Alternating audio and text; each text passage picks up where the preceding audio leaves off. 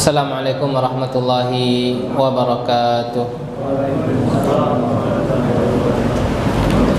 Alhamdulillahirabbil alamin wa usalli wa usallim nabiyina Muhammadin wa ala alihi wa ashabihi wa man tabi'ahum bi ihsanin ila yaumiddin, amma ba'du. Yang kami hormati DKM Musalla Al-Mukhlisin, sidang jamaah salat Isya dan tarawih yang dimuliakan oleh Allah Subhanahu wa taala. Kita lanjutkan pembahasan kita tentang masalah kiat memahami rezeki. Tadi malam kita telah membahas tentang sebab-sebab amalan-amalan yang mendatangkan rezeki, yaitu bekerja. Dan telah kita berikan pandangan bahwasanya pekerjaan itu adalah kita memandangnya dengan pandangan syariat. Telah ada rambu-rambunya. Di antara rambu-rambunya tersebut menghindari pekerjaan-pekerjaan yang bertentangan dengan syariat Allah Subhanahu wa taala. Bapak Ibu yang dimuliakan oleh Allah Subhanahu wa taala, kita lanjutkan pada kesempatan ini, yaitu mewaspadai hal-hal yang bisa menjerumuskan ke dalam pekerjaan yang dilarang oleh Allah Subhanahu wa taala. Mewaspadai hal-hal yang itu bisa menghantarkan kepada pekerjaan mencari rezeki yang dilarang oleh Allah Subhanahu wa taala. Hal yang pertama disebutkan adalah tidak sabar menunggu rezeki yang halal. Tidak sabar menunggu rezeki yang halal. Bapak Ibu yang dimuliakan oleh Allah Subhanahu wa taala, dan ini adalah faktor seseorang itu kebanyakan jatuh ke dalam pekerjaan yang terlarang, yaitu mengambil jalan pintas. Mungkin start awalnya, start dia bekerja itu pekerjaan yang halal. Start dia dengan pekerjaan yang halal, kemudian udah lama menunggu, ternyata belum mendatangkan rezeki juga. Dan ini banyak. Dia udah start dengan pekerjaan yang halal, dia udah lama menunggu, ternyata rezeki belum juga datang. Maka di sini dia mengambil jalan pintas. Udah, kalau seandainya masih kayak gini juga, kapan saya dapat rezekinya? Bisa jadi jalan pintas yang ia kerjakan tersebut itu bertentangan dengan akidah. Seperti dia mendatangi pelaris, apa Pak? Ada datangnya ke pelaris, orang yang menjual pelaris mengadunya, lupanya, hanya sedang mencari rezeki tapi melupakan zat yang memberikan rezeki. Dia sedang mencari rezeki tapi melupakan zat yang memberikan rezeki. Siapa itu? Allah Subhanahu wa taala. Wa ma min dabbatin fil ardi illa 'ala Allahi rizquha. Dia sedang mencari rezeki namun dia jauh dari Allah. Datang dia awaklah bau sau alah 3 bulan lah, hampir lo setahun, nadoh je orang yang datang. Resepnya mengadu ke makhluk yang lemah. Wa khuliqal insanu dha'ifa. Orang lemah mengadu lo ke orang lemah. Apa faedah yang diberikan oleh orang yang lemah? Enggak ada. Tapi seharusnya orang yang lemah ketika mendapatkan suatu masalah mengadu kepada zat yang maha kuat, yaitu Allah. Kadukan urusan kita kepada Allah. Tapi ada sebagian orang itu mengambil jalan pintas. Ngadu dia, ternyata dia suruh, ada amalan-amalan khusus, ritual-ritual khusus. Ternyata terkadang itu manjur. Setelah dia datang, iya, laris. Nah, manjurnya ini bukan pertanda perbuatannya tersebut dibenarkan oleh syariat. Betapa banyaknya orang yang di luar Islam itu mendapatkan kejayaan terus. Apakah keyakinannya di luar Islam itu benar? Jelas salah. Jadi seseorang diberikan hal-hal yang ia inginkan, belum tentu sebabnya itu benar. Atau contoh yang lain, sering ikut tes, dah ikut tes berkali-kali, ndak luluh-luluh jodoh. Kalaulah capek kita tes, datanglah tas. Iya, capek kita tes, datang tas. Ini jalan pintas juga. Istilahnya kalau anak moyo sogok bisa luluh. Jalan pintas juga. Mungkin pekerjaan yang dia lamar tadi halal, tapi enggak sabar menunggu dengan metode yang halal, jatuh ke dalam jalan pintas. Habis tes, datang tas. Dan iko pun juga bermasalah. Rasulullah sallallahu alaihi wasallam mengatakan, la'ana Rasulullah sallallahu alaihi wasallam ar-rashi wal murtashi, yaitu Rasulullah sallallahu alaihi wasallam melaknat orang yang memberikan sogok apapun dimanapun bentuknya, wal murtashi, dan orang yang menerima sogok. Nah, inilah salah satu faktor seseorang tersebut jatuh ke dalam pekerjaan yang dilarang karena tidak sabar menunggu rezeki yang halal datang. Bisa jadi rezeki yang enggak datang dengan usaha dia tersebut, Allah enggak mentakdirkan rezekinya di situ. Allah enggak mentakdirkan rezekinya di situ. Bisa jadi dengan mengalihkan jenis pekerjaan yang lain. Gagal lagi, alihkan lagi, sebagaimana rezeki tertutup dan terbuka itu berlaku. Seseorang yang sudah keluar dari rahim ibunya, rezekinya apa? ASI. Padahal ketika dia sedang berada di dalam rahim, apakah rezekinya masih ASI? Bukan, darah melalui tali pusar. Ketika dia lahir, ditutup oleh Allah, enggak diberikan darah, akan tetapi ASI. Ketika selesai ASI, ditutup ASInya. Itu kira-kira 2 tahun, ditutup, ditukar menjadi MP makanan.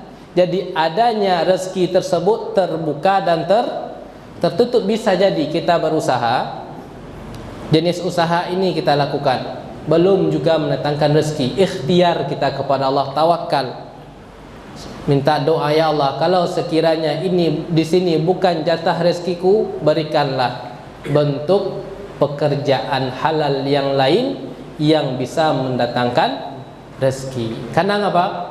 Allah mengatakan, wa ma min dabbatin fil ardi illa 'alallahi rizquha. Rezeki itu di tangan Allah. Ketika kita mencari rezeki, jangan lupakan zat yang memberikan rezeki.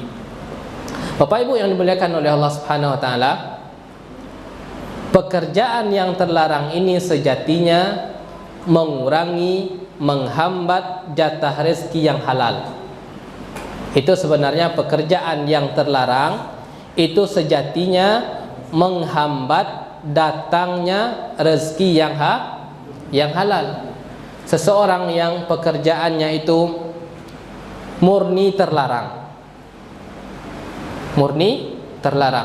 ya kenapa yang halal nggak akan masuk? Kenapa yang halal nggak masuk? Karena dia sedang berkecimpung di yang terlarang.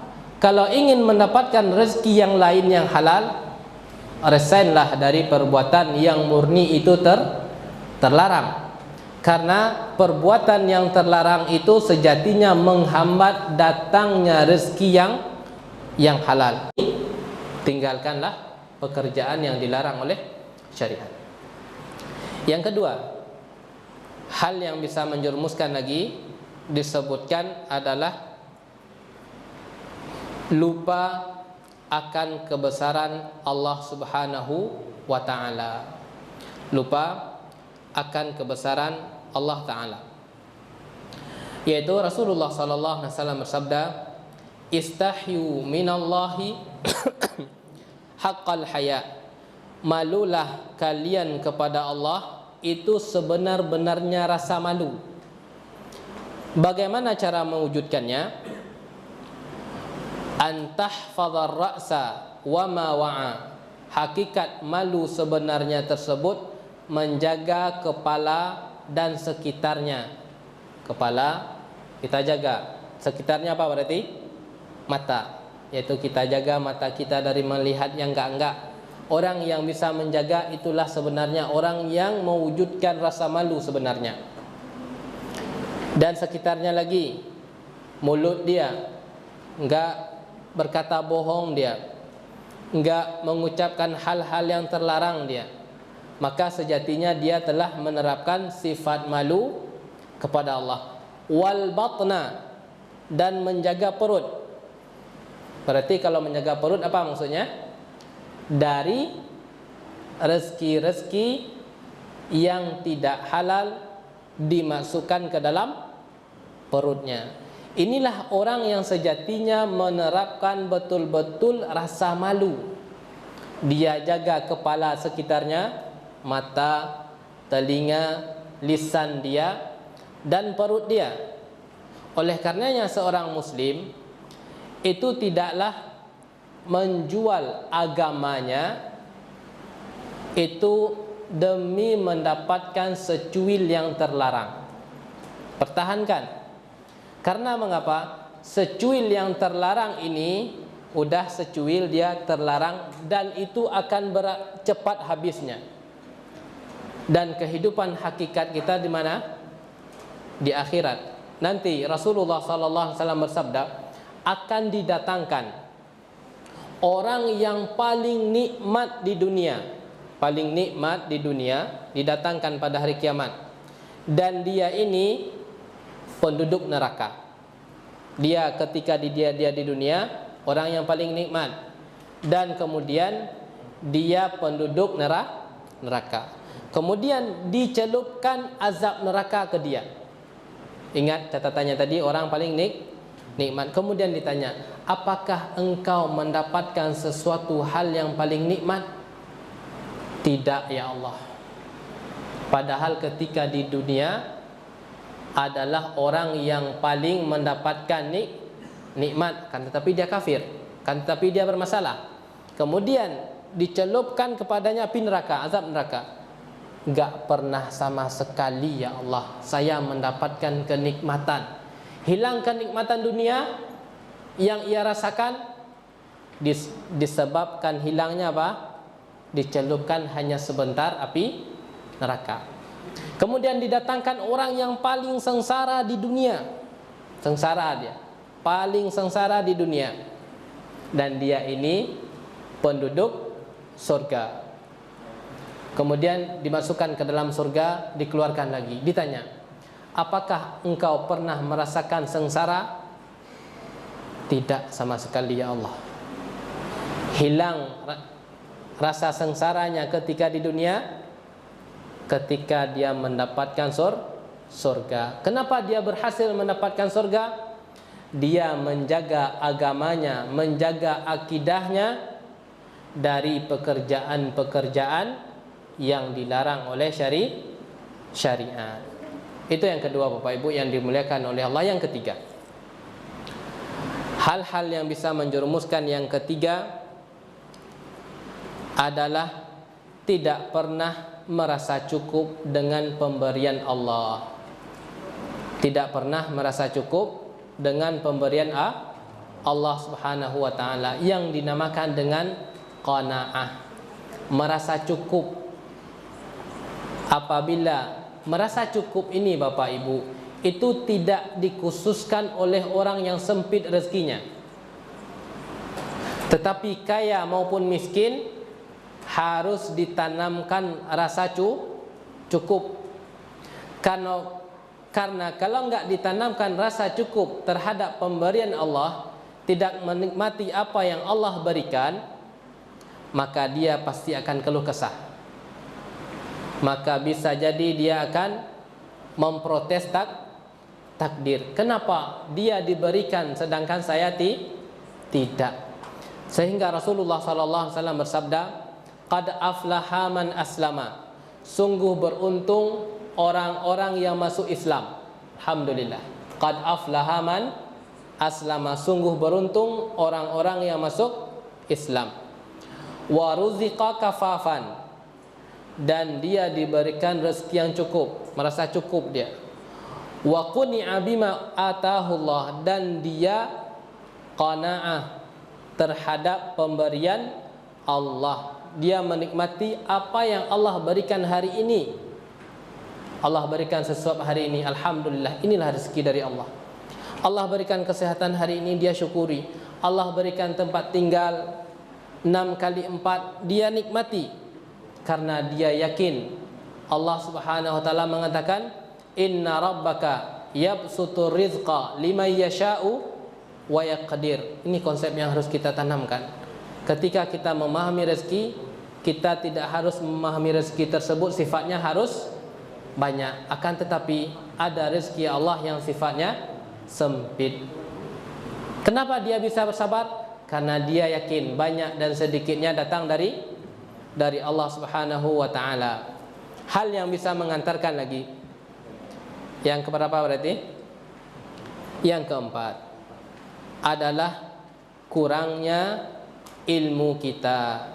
Kurangnya ilmu. Apapun aktivitas yang kita lakukan, kita ini bisa terjaga dari kesalahan kalau ada bekal ilmu.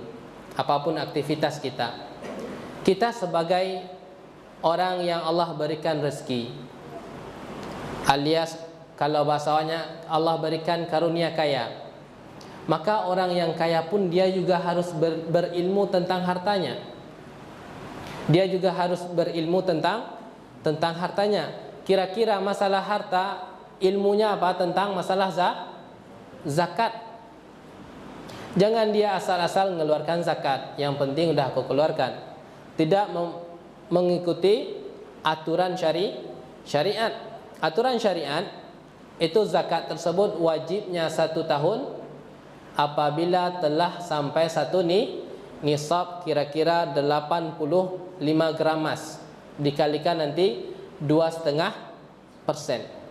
Maka kalau seandainya dia enggak mengeluarkan atau dia ada keluarkan tapi belum memenuhi aturan syariat, maka sejatinya dia tersebut telah menahan haknya orang fakir dan miskin. Wala yahsabanna alladzina yabkhaluna bima atahullah.